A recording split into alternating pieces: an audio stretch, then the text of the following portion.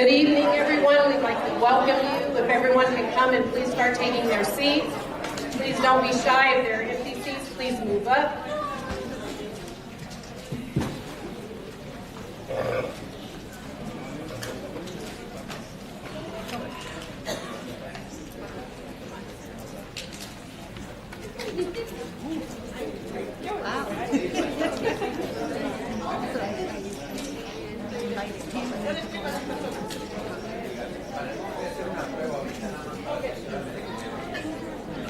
Por favor, todas las personas que hablan español tienen ya sus aparatos.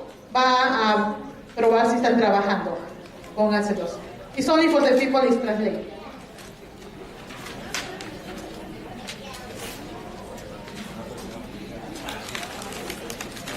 ¿Están escuchando bien? No. ¿Quiénes no oyen bien? Las personas que no están escuchando.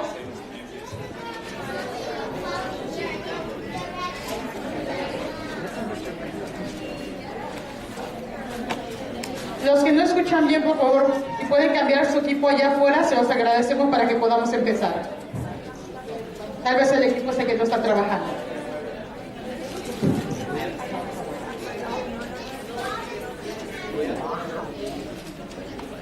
Por favor, ¿pueden hacer la mano si ya está trabajando su equipo? Para las personas que están usando este aparato que es de traducción al español, levanten la mano. Si ya está trabajando su equipo. ¿No está trabajando? Les pedimos que por favor vayan de nuevo a la mesa donde agarraron sus equipos y lo cambien. ¿Y las demás personas siguen teniendo problemas o sí escuchan?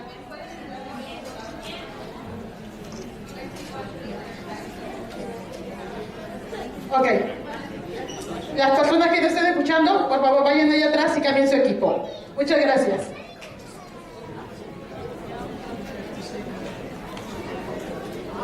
Welcome everybody. We're going to have a full house and we want to make sure that people that are walking in, coming in, are able to take seats. You can sit in any row you want, but you got to move towards the center. Like let's not have empty seats. Like if you have one empty seat, move over. Let's be friends. Turn to the person next to you and say hi. Hi, friend. Vamos a tener una casa llena. Todavía hay personas que están llegando, entonces se pueden sentar en cualquier fila, pero no hay que dejar asientos vacíos, porque la gente que va llegando un poquito tarde va a tener que pararse. Entonces, por favor, hay que ser amigos, introduzcanse, volteen a la persona a un lado y díganle, hola, no muerdo. Hola, no tengas miedo. Soy tu amigo, soy tu amiga, ¿ok? Bueno, vamos a comenzar. Young girl with a camera.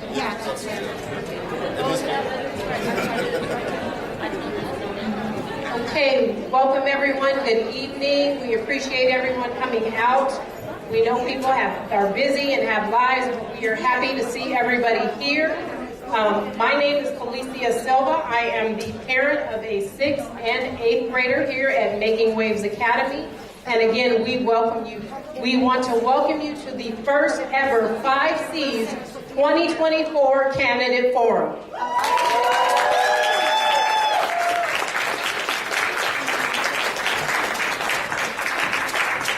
So this evening, we will be hearing from candidates that are looking to earn your vote. And they are here from the school board from WCCUSD Area 2 and Contra Costa County Board of Education Area 1. So tonight, at our candidate forum, we stand for every parent who wants more for their kids, more for their education. That is what we stand for. In addition to that, tonight we also stand with every student who needs board members that will protect their educational hopes and dreams and put them first.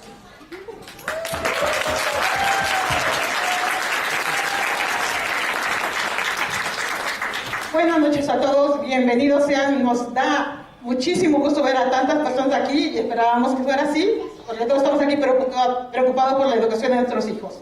Bueno, bienvenidos nuevamente. Mi nombre es Tomás Espinosa y soy mamá de Mickey Ways Academy, de otro estudiante de Hitchcock Pre, y en algún momento fui mamá también de Leadership Public School, pero ahora mi hija está en UC Berkeley. Nuevamente, bienvenidos a todos al primer foro de candidatos de las 5 Cs del 2024.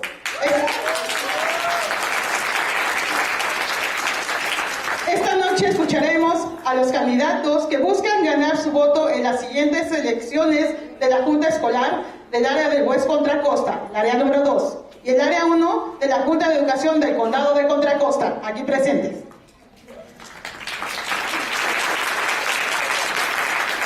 Esta noche, en nuestro foro de candidatos, apoyamos a todos los padres que quieren más para la educación de sus hijos.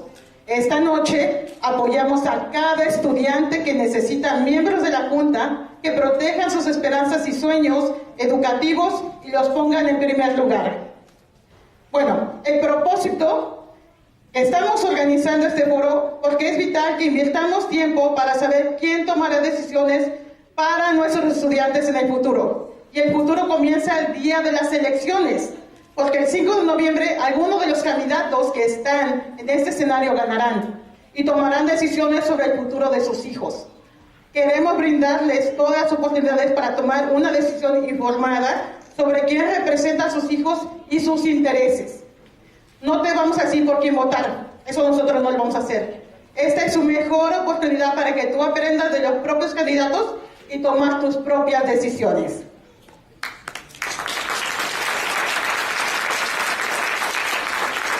I'll be sharing the purpose of tonight's forum with you. We are putting on this forum because it is vital that we invest the time to learn about who will be making decisions for our students in the future.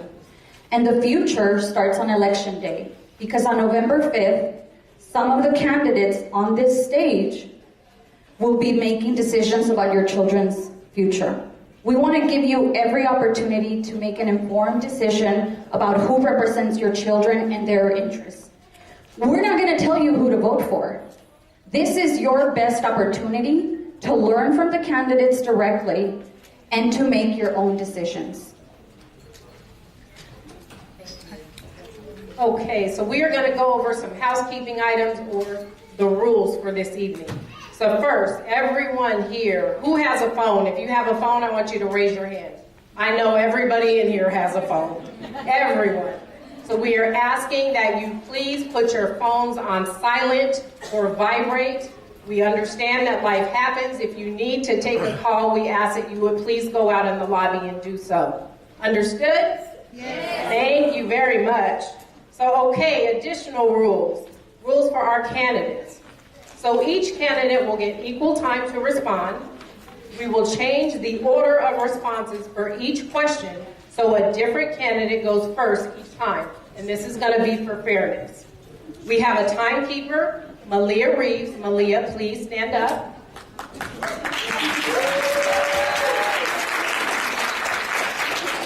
So candidates, when Malia says time is up, that means your time is up. Please be respectful. Candidates, you can check Malia's sign for the time warnings. If you go over your time, we will cut you off. This isn't personal, it's just keeping it fair for everyone that's involved. So we will start with opening statements. Each candidate will have 1.5 minutes to introduce themselves. Then you will be asked 4 open-ended questions. Next, we will have 5 lightning round questions that are a yes or no answer only. Please do not give an explanation. We simply want a yes or a no. And finally, each candidate will have 1 minute to share a closing statement. And I would like to welcome Esteban and Mia.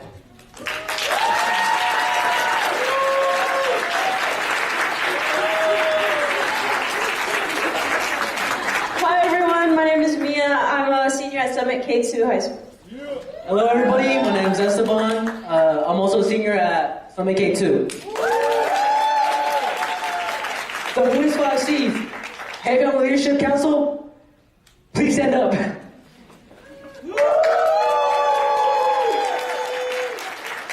We are a coalition of students and parents who attend public charter schools in Contra, Costa County. We have been meeting, training, and working for 2 years to learn more about how our public education system works and how to make it better.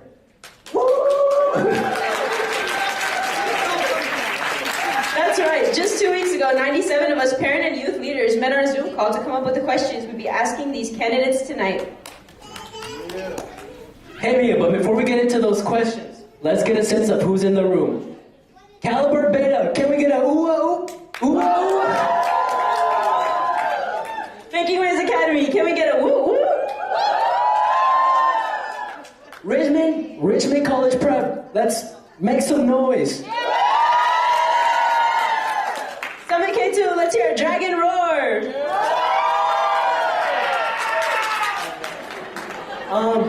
Summit Town, let's hear a Timberwolf howl.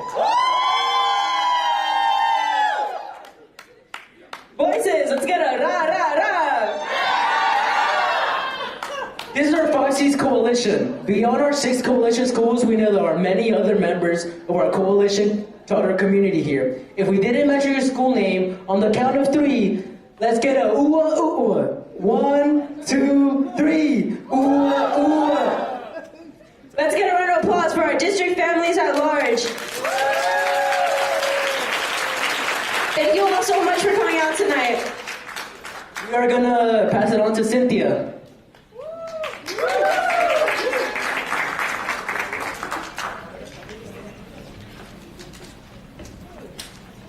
Hello everyone and good evening. Thank you for being here, everybody. My name is Cynthia Quatso-Romin and I am a parent of the RCP. Currently I have 2 children, 2nd grade and kindergarten. And then before we introduce our candidates, we're gonna review what's these 2 different schools for Zoom. First of all, the local school board, West Contra Costa Unified, is responsible for the policy, budget, hiring, evaluating and managing the superintendent, curriculum approval, charter school authorization and oversight, manage the district and charter facilities. The county school board for Contra Costa is responsible for large amounts of school funding for the county, run special programs for vulnerable students groups like teen moms and students in the juvenile justice system, serves as an appeal board for expulsion appeals and inter-district transfers appeals, and is responsible for charter school authorization and oversight when a local district denies a petition. Thank you, everyone. Now we're going to pass it to Anthony.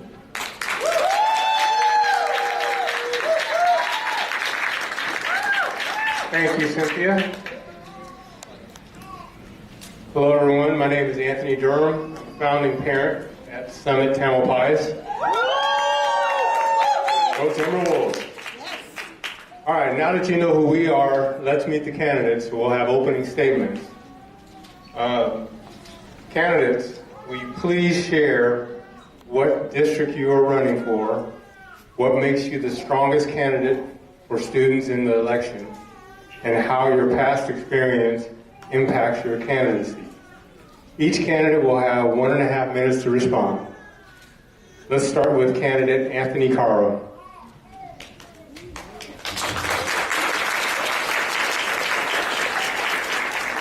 I'm going to try something a little different this time. Please repeat after me. Cuando votamos, ganamos. Cuando votamos, ganamos. Thank you all for being here tonight. I believe that voting and civic engagement are what make up the body of democracy. You being here tonight is going to contribute to that. And at the center, at the heart, is public education. And it is this belief why I, Anthony Gatto, am running for the Contra Costa Board of Education Area 1. My journey in education policy began in 2015 when I met my wife, Mitzi Perez Gatto. She and I met organizing parents, students, and community members around education policy and advocating to the school board to improve our school district. To better serve our students, my wife Mitzi became a teacher at Kennedy High School, where she just started her 8th year teaching. For me to do my part to serve our students, I ran for school board at the age of 21 years old in 2018. I lost. Yeah. After losing my election, I started talking to folks who supported my race but didn't vote for me, asking what can I do better next time around. And the two biggest pieces of advice they gave me was to gain life experience and leadership experience. And that is why I joined the United States Army, where I served 4 years active duty and 2 years in the National Guard. I'm back from the Army because I want to continue the mission that we started, which is supporting our students through education policy. Tonight, you're going to hear about my experience, you're going to hear about our endorsements, and you're going to hear about our plans to support your students. Because a vote for me is a vote for somebody who's willing to do what it takes to make things happen and to accomplish the mission. Thank you. Thank you, Candidate Carl. Next, we'll have candidate Daniel Nathan Heiss. Hello, everyone. Yes, we're standing. My name is Daniel Nathan Heiss. I'm really excited to be here. I had the pleasure of seeing a lot of you parents at Making Waves Academy at the County Board of Education meeting a few weeks ago, and I was very impressed, and I'm just really honored to be in this building today. I wish I had this when I was a student. For the last 15 years, I've been in and around education. I've worked as an administrator in the University of California system. I've run nonprofits that grant scholarships to students who are in need. And I've just dedicated a lot of time to making sure that students feel seen, valued, heard, not just in the classroom, but outside of the classroom. I believe that education is a pathway to a brighter future, and that's not just, again, in the classroom. It's a holistic experience. President Barack Obama, he recently said that when every child gets a good education, the entire economy gets stronger. And what I want to do is I will not rest until this is the strongest economy that we have possible. Okay, and how am I going to do that? Well, I want to make sure that we eliminate student food insecurity and housing insecurity. I want to make sure that students can go to school free of violence, hateful rhetoric, and more. I want to make sure that, again, at the end of the day, students have the most outstanding outcomes when they graduate and matriculate from school, not just including college, but in the vocational world, and also a few years down the line when they're making money and sending their kids to school as well. Thank you, candidate Nathan Heiss. And lastly, we'll have candidate Guadalupe Iñana. Hello, everyone. My name is Guadalupe Iñana, and I'm running for the WCCUSD Board of Education for trustee area number 2, the Richmond area. Daughter to immigrants that came here to better their lives. I attended WCCUSD schools as an English language learner. Now I'm a mom, 5 boys to be exact, one with special needs. And I've been a fierce advocate, a really fierce advocate in my community. I sat on the CPOC as the vice chair. I'm a DLCAT member. I sit on the 7-11 committee, and I'm the current chair for the Children and Youth Oversight Board for the City of Richmond. I also was involved in the first inaugural cohort with community schools at UCLA, and I am also a proud Emerge California alumni. I believe that we need change. I believe that all the spaces that I've been involved with have helped me gain the knowledge and support to be able to take on this role. They gave me fundamental skills on budget and on how things run. Really gaining that knowledge. I want to be here. I want to represent the community and the parents. I'm an independent thinker. I am not tied to any special group or special interest. I bring that to the board. I also am running on community supported and community funded. So I thank you, and I ask for your vote.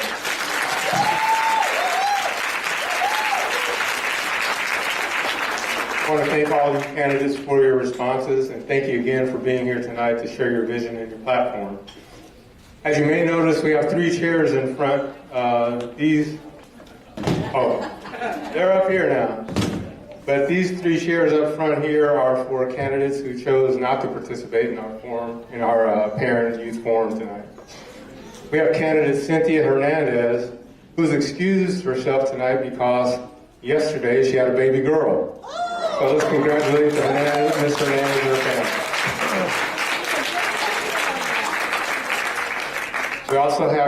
We also have candidate Jamila Smith-Folds and candidate Othry Christian, who chose not to prioritize parents and youth. 2 days ago, Jamila Smith Folds let us know that she would not be here. We asked to meet with her after our forum. She has yet responded to our request. Candidate Osri Christian originally RSVP'd and confirmed that he was going to be here tonight, but then yesterday, just one day before the forum, he canceled on us. So again, we want to thank you candidates for being here tonight and sharing your vision in your opening statements. I'll pass it to Tommaso.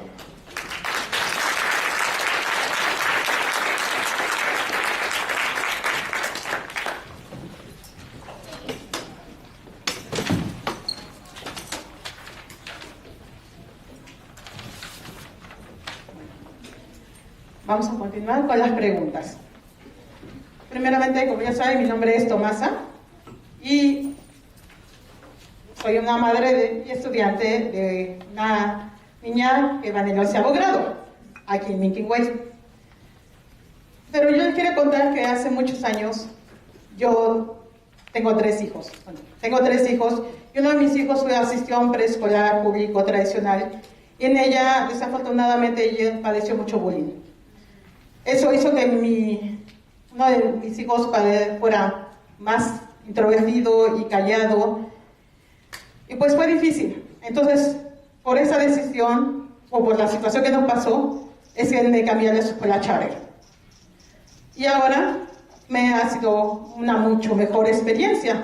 Mi hija, la que está aquí, ella es también un poco introvertida, pero el hecho de que los maestros la apoyan y la hacen que le empujan a hacer un poco más. Eso ha ayudado a que ella busque hacer cosas nuevas y participar en más actividades que pueda hacerla crecer como líder. Ella actualmente participa en 4 clubes que ofrece la escuela y la emociona muchísimo hacer esto, porque siempre tiene algo que platicar en la casa sobre las actividades que hace. También es comisionada en el Consejo de Jóvenes de Richmond y voluntaria en una organización de justicia social. Bueno, puedo contar mucho más de ella, porque es mi hija y me da mucho orgullo todo lo que hace. Pero solo quise comentar esto como un ejemplo de lo mucho que le ha apoyado la escuela y los maestros, y lo importante que es un lugar seguro para nuestros hijos. Porque creo que si crea cambios positivos y que como padres solo queremos lo mejor para ellos. Mi pregunta es,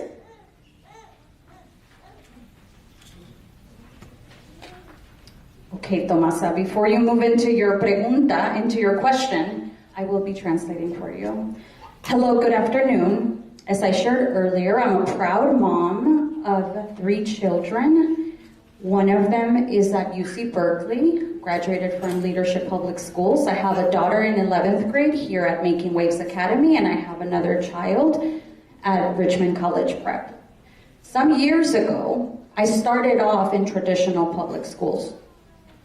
But I had a really negative experience with one of my kids who experienced severe bullying, severe, to the point where my child became extremely introverted and just was feeling really insecure. Fast forward, I just made the decision to move my children to try out the public charter school system. I'll just share, since I'm here at Making Waves as a mom, that my daughter, who's now in 11th grade, has, it was the best decision to bring her here. She's been at Making Waves for almost 7 years, and she's really happy. She's still a little bit introverted, but the support she has had from her teachers has enabled her to get out of her comfort zone, try new things, and participate in activities that have helped her grow as a leader. She participates in clubs that the school offers, and she's excited to take part in them. We know this because she always has something to share regarding the activities that they do at school. She's also a commissioner on the Richmond Youth Council and volunteers for a local social justice organization.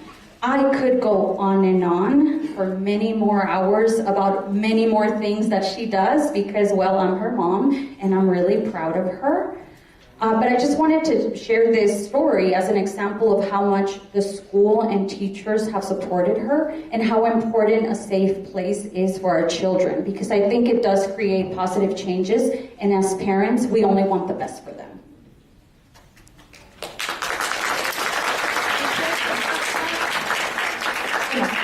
La pregunta es esta. Las familias del condado West han indicado que la seguridad escolar y el bienestar de los estudiantes son aspectos primordiales para ellos al elegir a la escuela que enviarán a sus hijos. De hecho, los entornos escolares inseguros están relacionados con el bajo rigor académico, como una de las razones por las que las familias deciden no enviar a sus hijos a las escuelas tradicionales del distrito. Entonces, ¿dónde ve usted su papel a la hora de facilitar la seguridad de los estudiantes con énfasis de acabar con el acoso escolar? My question is the following. Families in West County have indicated school safety and student well-being as paramount to them when choosing where to send their children to school. In fact, unsafe school environments is tied with low academic rigor for why families choose not to send their kids to traditional district schools. So, candidates, where do you see your role in facilitating student safety with an emphasis on ending bullying? Empezamos con la candidata guadalupeñana.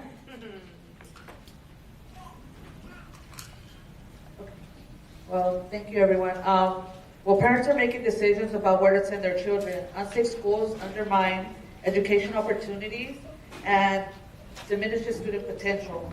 My role is to ensure that the superintendent has a plan and that there's policies written, but not just written, that they're actually being followed.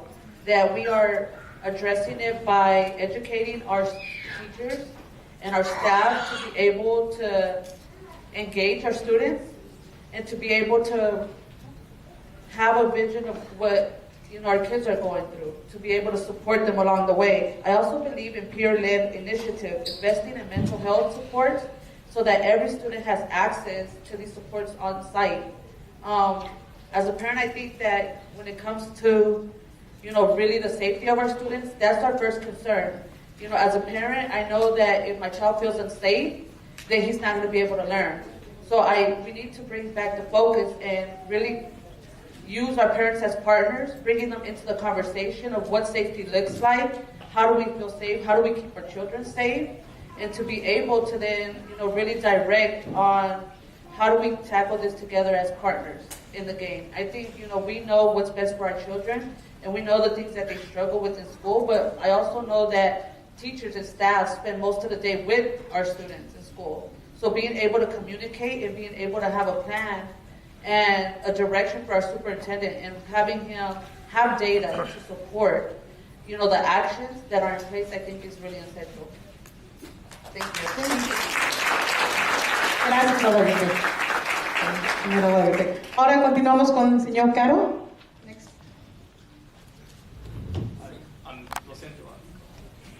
Lo siento, I'm sorry about your daughter, and I'm glad she's getting the support she needs now. Bullying, as was just mentioned by both of these folks, is a problem in the district.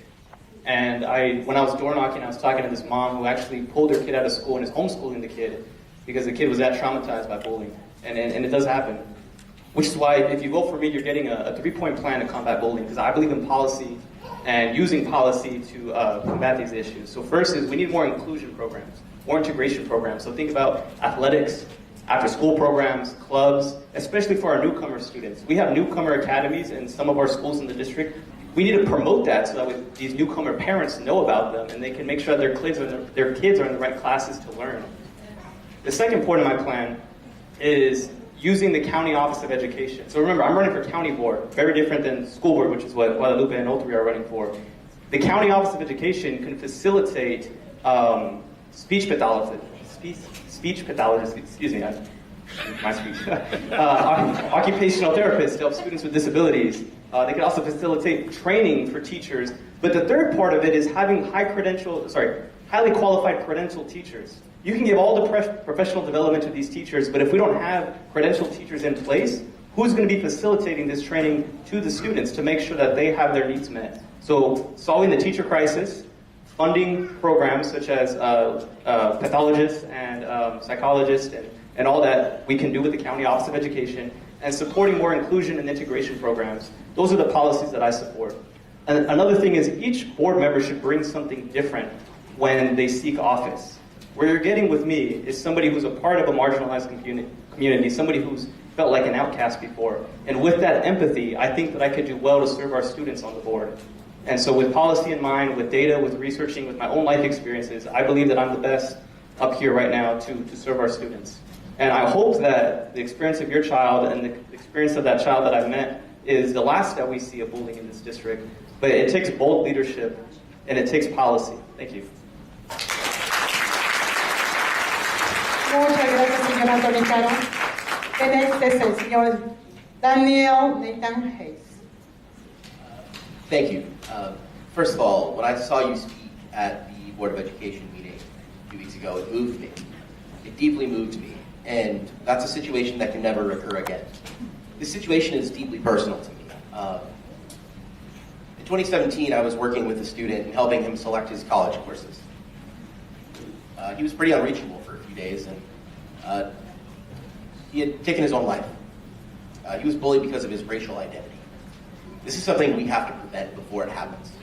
And there are programs, one in specifics called WISP. It's the Wellness in Schools program. It's something that is put together by the County Board of Education, and it's a grant-funded program. This program has put forth 18 different workshops in 22 and 23, and the statistics are going to be released soon for this last year, but they put together 18 different workshops to train students, teachers, and especially parents, because that's where it starts. They train these people on things like sexual orientation, gender identity and expression, suicide prevention, just mental health basics. To me, wellness, student wellness, is the Mount Rushmore. It's on the Mount Rushmore of things that we are tasked with as Board of Education members. Going back to grants and how deeply personal this is to me, I really want to do everything I can to make sure that we go to Sacramento and we get more grant money. And we bring as much money as we can to these schools to provide programs for our students, because things like this can never happen again. It's been going on for far too long. In 2012, the California State Assembly passed a law called SES Law. And if you're not familiar with it, it's named after a student who took his own life because he was bullied based on his gender and sexual identity. We can't ever have that happen again. Ever. Ever. I want to do everything I can again to make sure that SES and Rahul's, the people who are marginalized, who don't feel safe and comfortable talking with people about their experiences, feel seen, feel heard, and feel valued. Because that's what my job is, to make sure that students have a brighter future. And if you elect me, I'm going to do everything I can to fight for those students, to make sure that they feel comfortable.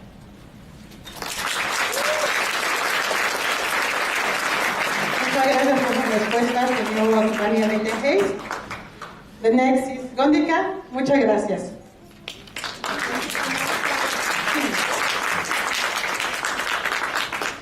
Good evening, everybody. My name is Jonathan Lynn. I'm a proud mother of 2 students at Caliber Beta and a parent of a freshman here in the district. I'm old enough to remember the financial state of our school district in 1991, the year my sister graduated from high school. For those of you who do not know, that was the year the district became the first school in California history to declare bankruptcy. They had a $42.5 million debt at the time. To save money, the district planned to end the school year early on May 1st. For my sister, that meant she would start college less prepared. She would have 6 weeks less instruction than most of her peers entering college. Thankfully, an 11-hour court order injunction prevented an early closure of schools, but it put the school under state receivership, It took 21 years for the district to pay off that debt. Fast forward to now, I have a high schooler, a middle schooler, and an elementary school student. I'm seeing the writing on the walls. West Contra Costa County Unified School District their financial troubles worry me, especially with the uncertain direction that the district will take after Dr. Hurst retires in December. I'm getting nervous about sending my 2 younger kids to district high schools. I don't want history to repeat itself. I don't want to find my family going to a school district that's bankrupt again, but this time, instead of my sister, it's my children. On June 27th of this year, EdSource cited a $31.8 million structural deficit over the next 3 years in the district. West Contra Costa Unified School District's financial issues are systemic and long-standing, and it cannot be blamed on the pandemic or public charter schools. So my question to you is this: how do you propose we gain financial stability so students and schools are able to get the resources they need for educational success? I'd like to start with you, candidate Anyana.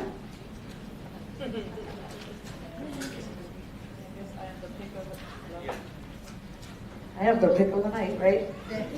Sorry, it was random. I think financial stability is a critical challenge. The structural deficit isn't just a number, it is a call to action.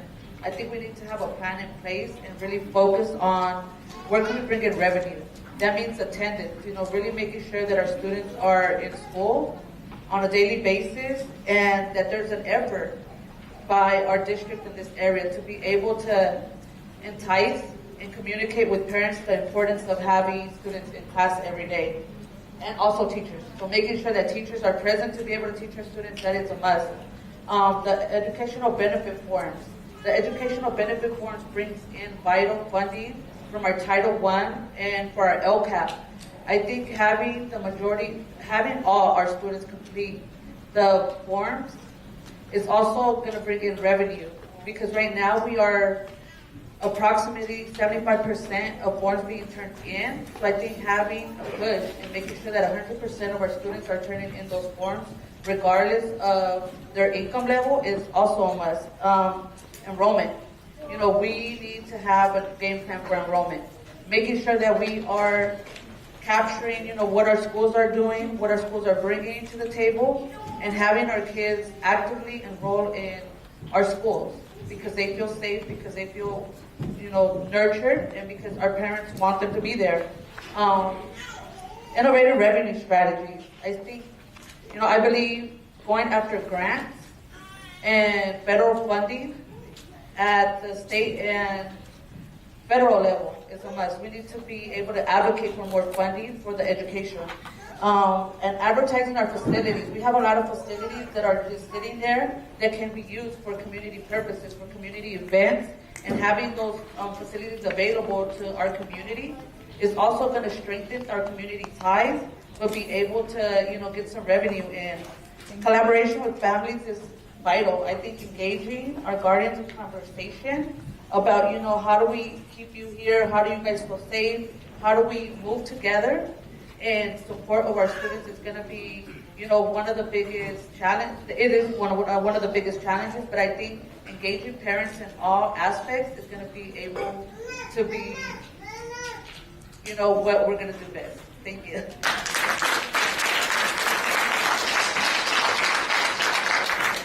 Next, candidate Nathan Heiss. This is a fantastic question. Fiscal responsibility is the key of everything that we need to do in the state and in this country. Last week, the West Contra Costa County Unified School District, at their board meeting, the trustees approved an unaudited budget. They showed that the district had miscalculated and mismanaged their budget. They found that they undercalculated $6.6 million. I'll say it again, $6.6 million of projected revenue. They undercalculated. Even further, they had $10.5 million less in expenses that they projected. We can't let this happen. This mismanaged and this miscalculated budget, it's created partially a teacher shortage, a staffing crisis in our schools, right? We need to take this money, we need to not only bring in more teachers to fill the vacancies instead of having our substitutes here long term. That doesn't do anyone any good. We want our credentialed and educated teachers in the rooms teaching our students. In addition to that, we need to pay all of our teachers more. All of our teachers deserve to make more money, and I don't think there's anyone in this room who would disagree with that. At the same meeting, the board approved $36 million in reward money from the State Department of Education. and this is going to go to support 26 different schools. So independently and together, these issues, they highlight why we need leaders with experience, not just managing and reviewing budgets, but accepting budgets. We also need someone who is not afraid to go to Sacramento. Again, I'll get on Amtrak right now, and I'll go to Sacramento, and I'll tell them we need more money. We need more grants. We need more funding. Right now, 18% of our budget is made up by state funding, 10% federally. We can increase this number if we ask for it. We need to have people who aren't afraid to go and get that. We need to have more fiscal responsibility, and we cannot have any kind of mismanagement. That way, our students don't have to experience what your sister did in 1991. We can't ever have that happen again. Thank you.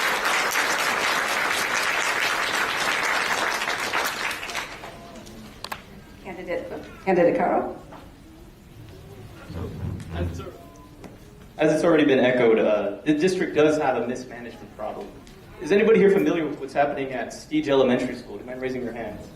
So what's happening at Steege isn't a problem of the budget, but it is a problem of mismanagement because that money is funded by the bond department. So if you have the bond money being mismanaged and you have the budget money being mismanaged, what's the answer? So again, we're running for county board education, so we can't directly oversee the budget of the local school district. But what we can do is two policies to do solutions that I recommend. And the first one is increasing attendance. The average daily attendance rate is how schools calculate how much money they bring in. Does anybody know? Well, you probably don't know, so I'll tell you. The district, out of all the total students that are enrolled, only about 91% of students are attending classes. 91%. That difference of 9% is costing millions of dollars, somewhere between $25 to $50 million, depending on how you calculate it. That would solve the budget deficit crisis. But what can I do on the county board to do that? The County Office of Education can provide trainings to administrators to help facilitate getting students to class. They can give trainings to teachers on how to motivate students. We need to think outside of the box when it comes to attendance. If we have trustees at the school board level that want help with attendance, it should be the job of the County Office of Education to provide that help. The second policy is grant writing and bringing extra funding in. As my two fellow candidates up here also echoed, they need more money. So when it comes to being on the County Office of Education, we're the facilitator between the state and the federal level. But here's the thing, if you vote for me, I don't need to go to Sacramento. I have those people's number on my phone. I have endorsements from the state superintendent, Tony Thurman. I have an endorsement from Jesse Araguin, who's running for state senate, and a working relationship with his opponent, Javanco Beckel. So no matter which one of them gets in office, I'll be able to work with them. I have working relationships and endorsements with multiple mayors and city council members. I say this to say that I will do what it takes to get the money. If we need to partner with the city of Richmond, we will. If we need to partner with the city of San Pablo, we will. The city of San Pablo has a parcel tax where they use part of their funding to fund San Pablo schools. Wouldn't that be great if we got that same commitment from Pinole? Well, I'm endorsed by their mayor and their vice mayor. What about Richmond? I'm endorsed by 2 former mayors and a current city council member. What about El Cerrito? Same. I will make sure that we get the funding because I can think outside of the box and I can increase enrollment through using the County Office of Education's resources, and that's how we solve the budget crisis, and that's how we help schools like Steege and like your sister. Thank you.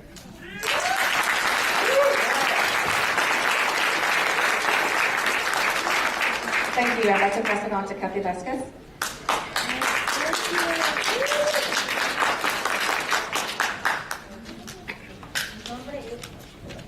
Mi nombre es Katy Vázquez.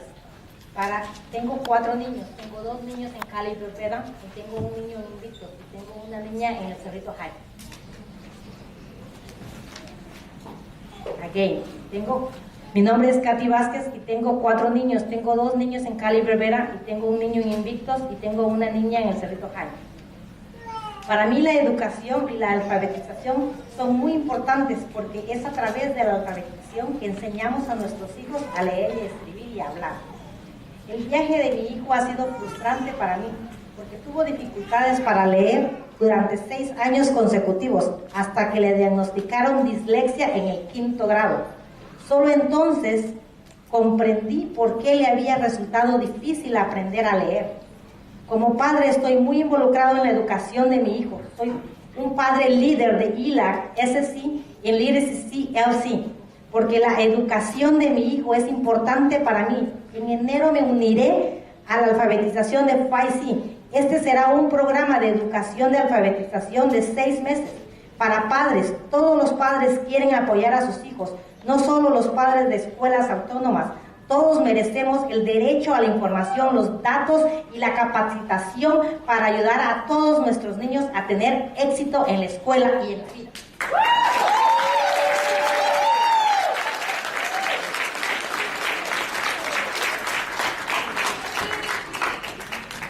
Hi, my name is Kathy Vasquez. I have 3 children. One is 4 children at Caliber Beta, 2 at Caliber, 1 at Invictus, and 1 at El Cerrito High. For me, education and literacy are very important because it is through literacy that we teach our kids to read, write, and speak.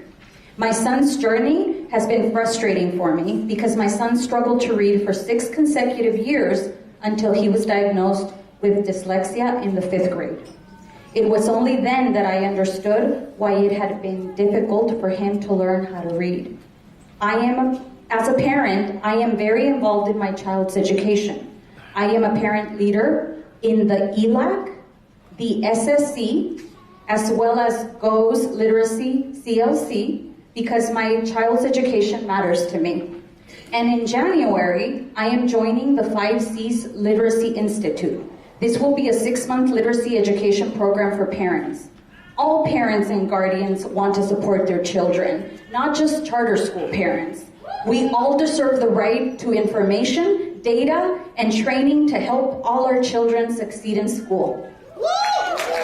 Kathy did it better.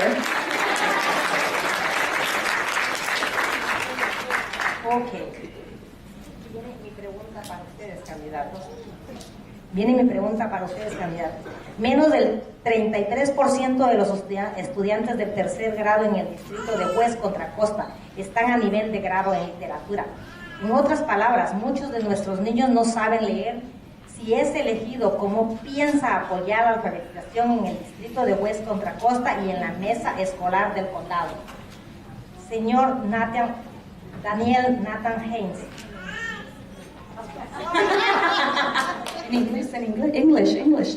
Okay, my question is the following. Less than 33% of 3rd graders in West Contra Costa Unified School District are on grade level for English language arts. In other words, many of our children cannot read. If elected, how do you plan to support literacy in West Contra Costa Unified and the Contra Costa County Board? Ahora sí voy con usted, señor Daniel Nathan Haynes. Tiene 2 minutos y medio.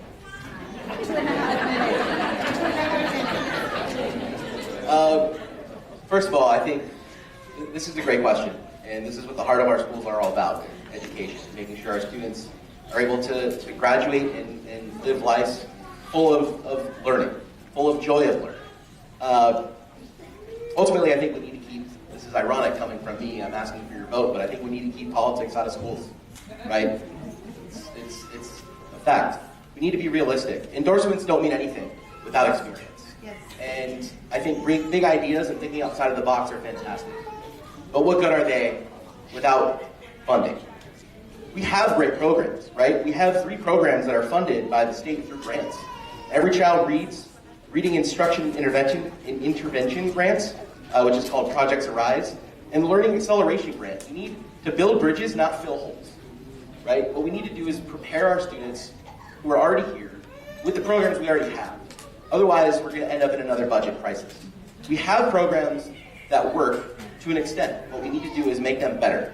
We need to beef them up, provide more funding for these programs so our students are able to learn how to read and they're able to come to school. They're able to have all of the resources that they need while they're here. So again, it's not just about ideas. Ideas are great in principle, but it's about follow-through. It's about experience. It's about leadership. It's about action.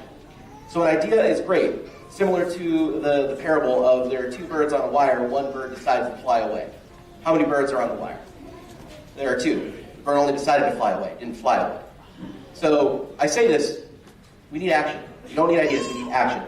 If you elect me, I will spring to action. I will make sure that we take these programs again that we have and make them better. And if we have the funding, we'll make new programs to work for all of our students. Thank you.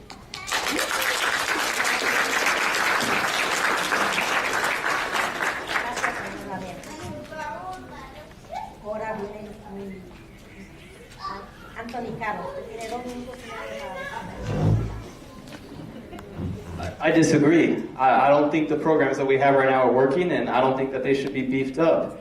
And I think the evidence of that is I recently attended a Black Unity Council meeting. For those who don't know, Black Unity Council, they're a group of Black parents and community members who work with the DLCAP. Did you know that 70% of Black students in our district are not reading at grade level? The statistic you mentioned was for third graders, but it goes even worse if you consider the whole group. 70% of our Black students are not reading at grade level. I don't think the current programs right now, I don't think we can say that they're working. So when it comes to policy, what can I do at the county board level? So currently, the school district just received a $3.4 million grant from the state for literacy coaches. I think that's a great start, and I think we need to monitor programs like that and see if we can expand on them. At the county level, I can make sure that other programs that are being used in the rest of the county also come to West Contra Costa. One of the powers of the Office of Education is bringing collaboration, professional development sessions between teachers. We could bring teachers from Oakley Unified, from Orinda, from Martinez, and we could have them talk to our district teachers to see what is working over there and how can we bring those programs over here. And as a board member, I can facilitate those conversations. And I do believe that it's through policy, not just ideas, on how we make these things happen. And we need a holistic approach. For those who haven't been following my campaign, what we've been doing is a series of events called All In for Education. At All In for Education, what we do is we invite different stakeholders, community members, parents, elected officials, people that currently work at the county, different areas. And what we do is we bring them together and we say, how can we use policy to solve these problems? We've had one session, and then if elected into office, I want to continue these every single 2 to 3 months. And the point of this is so that we can all come in together, because it takes a village to support our students, and it takes a bold leader who's going to facilitate these conversations. And I've already proven that, because we've had our All In for Education event already, we've had meet and greets, and the evidence is showing that there are solutions that we can be passing, but it just takes the right leadership to propose these. But it's not just about electing me. I'm going to ask a favor of y'all, and that's that if I get elected into office, I need y'all to show up as well. The same way that y'all showed up for this forum, I hope that I see you at board meetings when it comes to passing these policies. Because if we really want to support our students, we need to make sure that our teachers have everything that they need to support them. It's no mystery why our third graders aren't reading at grade level when we don't have third grade teachers. If all we have is substitute teachers, how do we expect these students to learn? So I need your support. Thank you.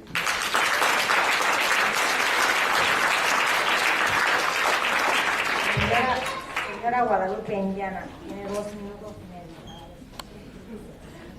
Well, I think for me it's different. As a board trustee, I work directly with the superintendent. So that means having the superintendent implement a roadmap to address these concerns and across all schools, and that they encompass professional development. I think enhanced support for those struggling students, to be able to get them to grade level, and also offering support teams, fostering the love of reading, not just inside the school, but outside the school. That's going to take collaboration. Again, like I said, collaboration for parents. Partnering with organizations that work in our community to be able to support our students outside the schoolyard, outside our school walls, and also within the school walls. We have a lot of organizations that are working on literacy, having our schools perform, literacy nights for our students, making sure that we have well-staffed libraries. Our students need to learn what, the love of book, the love of reading. I think we need to address that. We should also leverage technology. What systems are we using? What programs are we using to support students when it comes to literacy? Having that conversation and having it with teachers. What programs are our teachers liking? What programs are data-based? I think a lot of the time in our schools we hear, we like this, but is it data-based? And how are we finding out? Is it something that's working? I think really having those conversations to be able to figure out where we're putting our money is going to be essential. Also, monitoring our students regularly, making sure that they're monitoring at the beginning and at the end of the school year to figure out what their gains are. And, if they didn't have any gains, what was the problem? What's going on in our classroom? I think having teachers be supported with coaching, having other seasoned teachers come in to support our new teachers is essential as well. Thank you.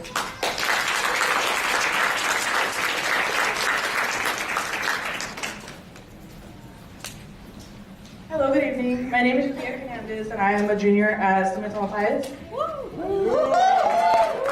My name is Mia. I'm a K2 Dragon. So Mia, it's October, and you know what that means? For seniors like me, it's time to work on college applications. Where are you applying? Stanford, Johns Hopkins, and of course schools that are part of the University of California system. So that means you have your A through G requirements? Absolutely, the A through G eligibility is crucial for high school students. Only students who complete these courses are able to apply to college. A through G completion doesn't determine if we get accepted to college, it's just whether we can even apply to a public university in California. In 2021 through 22, the A through G eligibility rate at Kennedy High School was 18%, while at Middle College High, a different West Contra Costa Unified School, it was 91%. This is a huge disparity between two district schools. At my school, Summit TAM, the A through G completion rate was 90%, and at Mia's school, Summit K2, it was 96%. How do you plan to better support WCC USD schools to fulfill college readiness requirements to allow all students the opportunity to attend college? You have 2.5 minutes. This time, let's start with candidate Anthony Caro. Good luck in college. So the statistic you provided was for Kennedy and Middle College, correct? District-wide, it's 52.8%, meaning that only 52.8% of our students, as of 2022 to 2023, are meeting the A through G requirements. And like they said, the A through G requirements are what's needed just to apply to our UC and our CSU students, our UC and CSU schools. So from the county level, there isn't much I can do because this really is a local school board issue. But what I can do is advocate for the right policies, and with your support, we can get them passed at the local level. So our campaign is really based on research. Again, we're really big on policy. In LAUSD, we found that the A through G requirements are part of their high school graduation requirements, meaning that every single student that graduates from LAUSD is qualified to apply to our UC and CSUs. That's a policy that we don't have here that we can bring here. We can easily bring that to this district. In Indiana, and my research took me to Indiana, they have 3 different graduation pathways. 1, you either just get your high school diploma. 2, you are prepared for a career. So what they do is your classes are geared towards job training, internships. You go on field trips, you meet with the trades. And then the 3rd path is geared towards college. You do an SAT prep, ACT prep, and then you're preparing for life post-high school in the academic world. In Long Beach Unified, they're really pushing for the trades. They have academies that are focused on different industries. So you can have like a longshoreman academy, or you can have like an academic academy if you want to become a teacher. You can have an academy based on law and public service. And what they do is they meet with local partners to make sure that the students have the proper training in those fields. They get to go on field trips. The partners get to come in and teach classes. There is money for this at the county level. It's called career technical education. At the county level, if you elect me to the board, I can make sure that our career technical education programs here at the district are fully funded. I can make sure that our local partners are pitching in to make sure that our students are prepared. So these are all policies that I can do from the county level. But again, I need your support. We got to get the district on board. We got to get the district to raise the standards for our graduation rates. And you got to let me raise the support systems, because we can't raise the standards without raising the supports. Otherwise, we're going to have students that are not graduating. So those are the systems that I propose, and I'm proud to announce that I've been endorsed by many labor unions, and they've all committed to supporting me and making sure that our students have what they need. Thank you. Thank you, candidate Anthony. Next up is candidate Daniel Nathan Heiss. So this is, again, an issue that's deeply personal to me. So as a student in LAUSD, as my opponent mentioned, the requirements from A through G are part of the requirements. But that doesn't mean anything unless we have people who are in place to help our students succeed. I was a student who was told, hey, you don't need to worry about this class by a counselor. You don't have to take it. I didn't take it. Guess what? I couldn't apply to college. It's a sad fact. I had to go to community college, and community college was a fantastic experience for me. I got to learn a lot of different things. We need to be able to prepare our students, not just for the UCs and the CSUs. We need to prepare our students for community college. We need to prepare our students for vocations. We actually have 70 regional occupational programs in Contra Costa County. in our schools, which are programs designated and designed for students to learn a trade. That's more than anywhere else in California. And that's something we do really well. What we can do to improve upon that is create pre-apprenticeship programs for these unions. And what we can do is we can create a program that allows students to get the required credits that they need, so that way when they graduate, they can become members of the union, and they can work a living wage for the rest of their life. They can earn a living wage for the rest of their life. I've also have experience working in both the University of California and Cal State University systems. What we need in this office is someone who's going to go to the University of California Office of the President, which is in Oakland, and in Southern California to go to the Chancellor's Office at Cal State University, and we need to tell them they need to come and help us be better in increasing that rate. We need them to come and work with us. Collaboration is key here, and yes, and as a member of the Board of Education, we can collaborate with people and other institutions.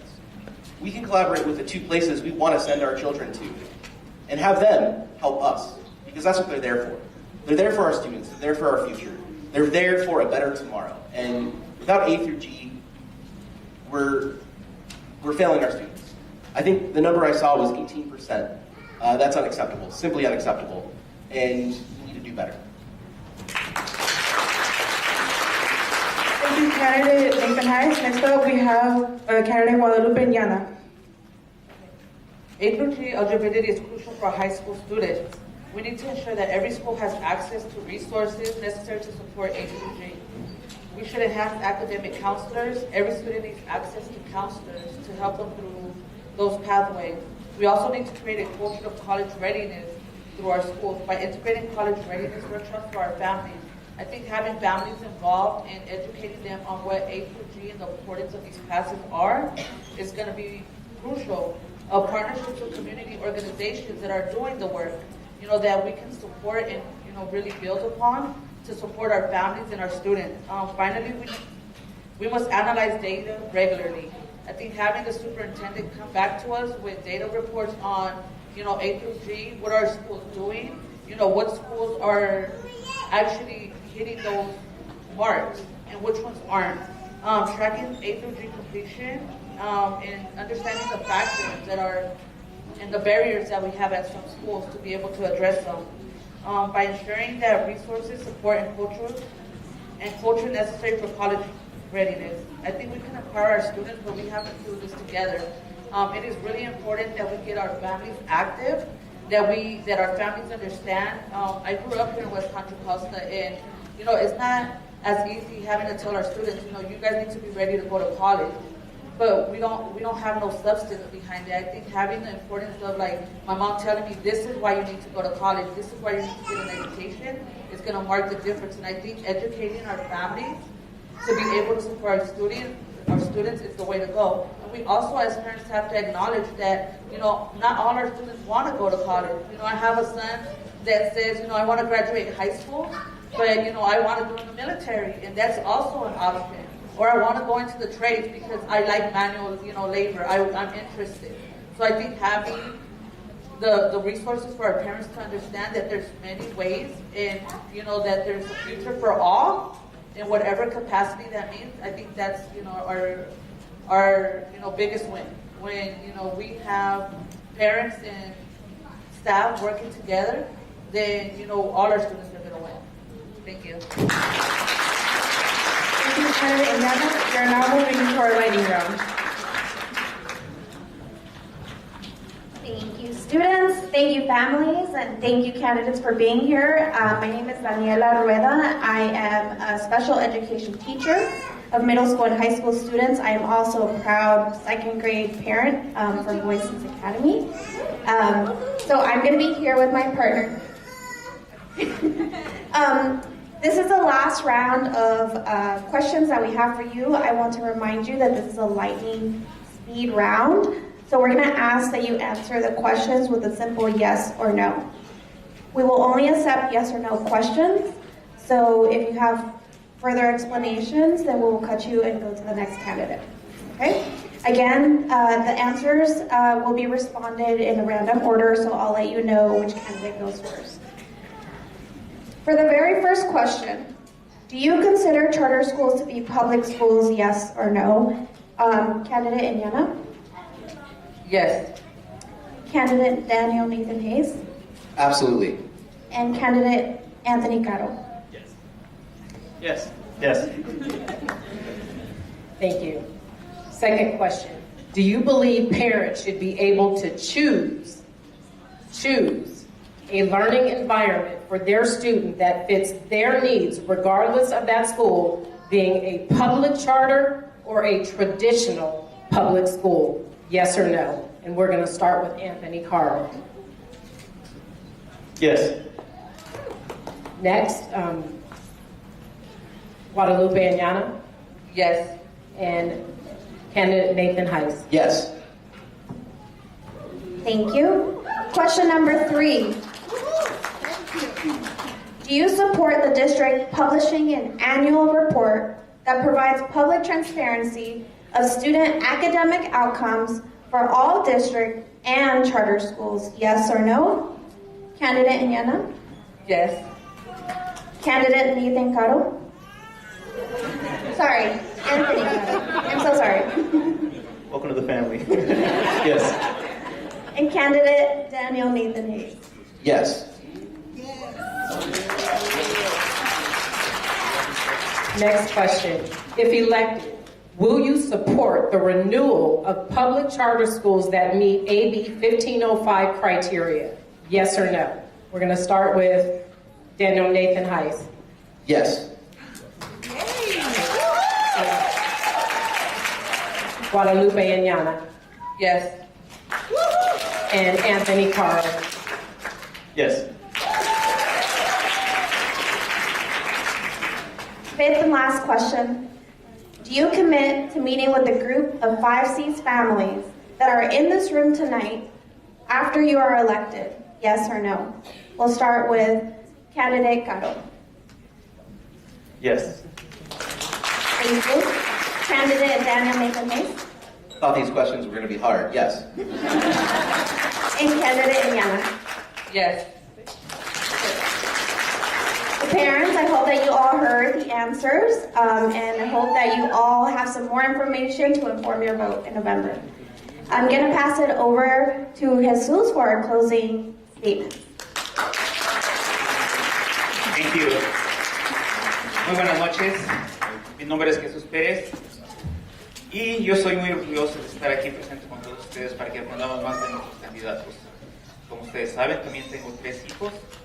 No hace falta mencionar mucho, si me conocen un poquito o un mucho. Mi esposa es Tomasa Espinosa, a beautiful lady. You know, I'm so proud to have it in my life.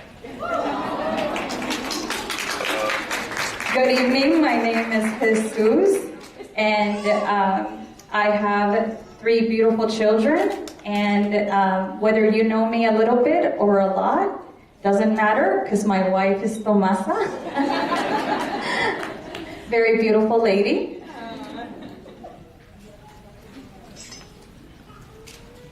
Ok. Pregunta para nuestros candidatos. Cada uno de ustedes tiene 1 minuto para compartir alguna reflexión final. Okay, candidates, you have 1 minute each to share any closing thoughts. We're starting with Guadalupe Indiana.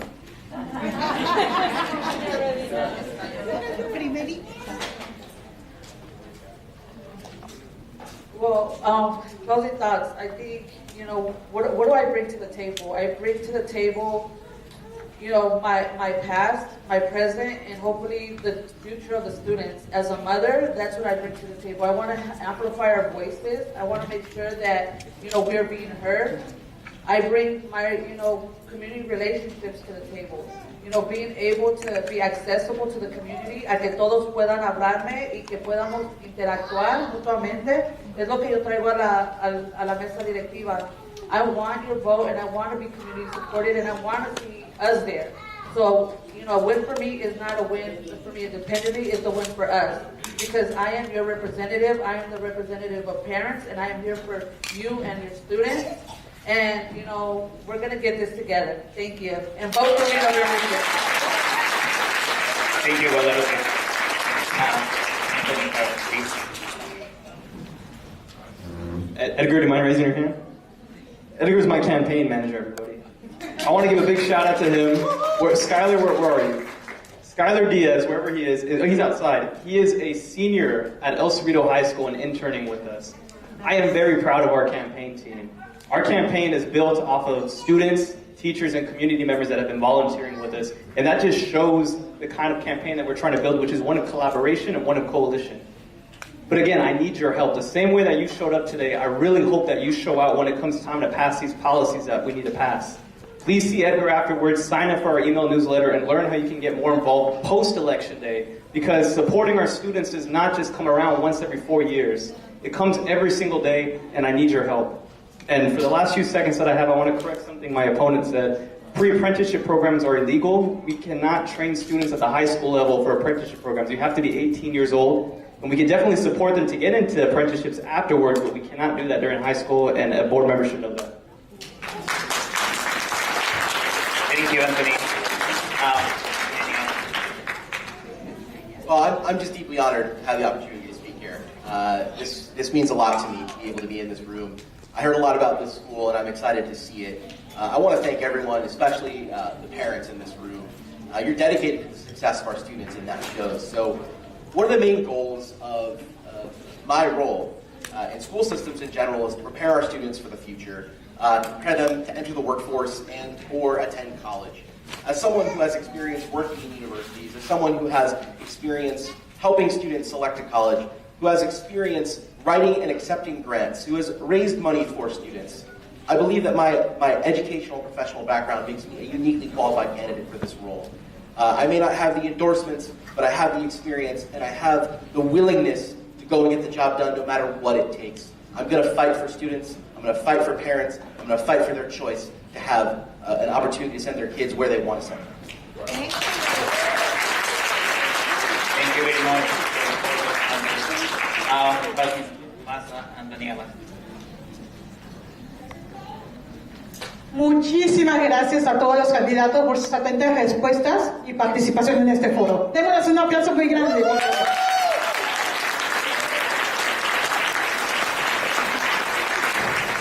Pero aquí estamos todos nosotros para tomar acción. Y la primera acción que tenemos que hacer es que tenemos que votar. Ahora es nuestro turno. Todos los que estamos aquí presentes tienen que ir a la urna el 5 de noviembre y vote. Si usted no puede votar, háblele con todos los que pueden votar. Que nadie deje de ir a hacer eso. No solo por quién será nuestro próximo presidente, sino también por quien quiera que sea el administrador de la junta escolar que nos represente. Tienen que hacerlo, nadie se lo olvide. Nuestra segunda cosa que tenemos que hacer, la renovación de esta escuela. Ahora quiero que todos pasen a la última página. Esta es la última página de las cosas que les dieron. El 16 de octubre, la Junta de Educación del Condado votará por la renovación del Estatuto de Making Ways por otros 5 años. Sabemos que viniste esta noche y estamos muy, muy agradecidos. Pero necesitamos que vuelvas a salir el 16 de octubre, ¿ok? Escaneen, por favor, el código QR para reservar su lugar. Que es muy, muy importante, por favor. Necesitamos presentarnos en la oficina de la Junta del Condado, unidos como familias de las escuelas autónomas. Yo lucho por tus hijos, pero tú ayúdame a luchar por los míos. Aquí estamos todos unidos.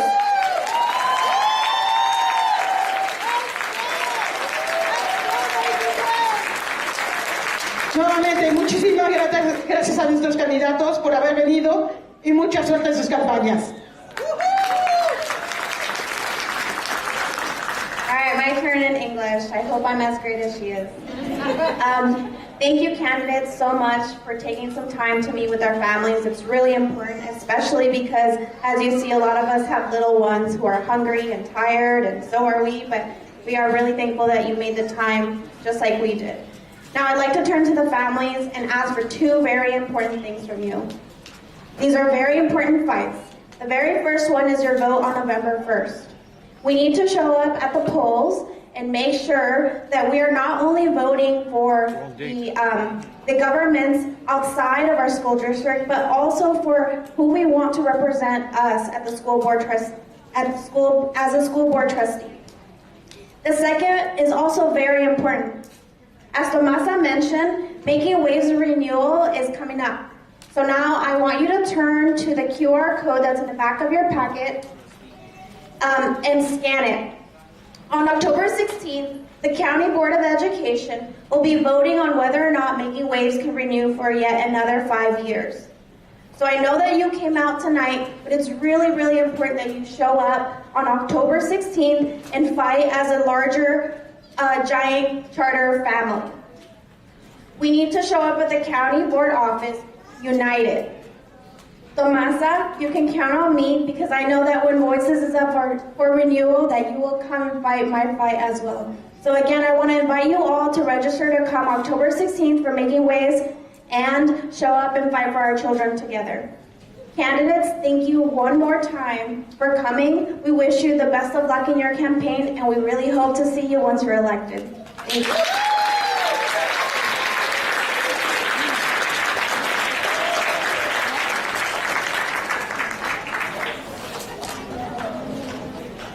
Have a good night, everyone.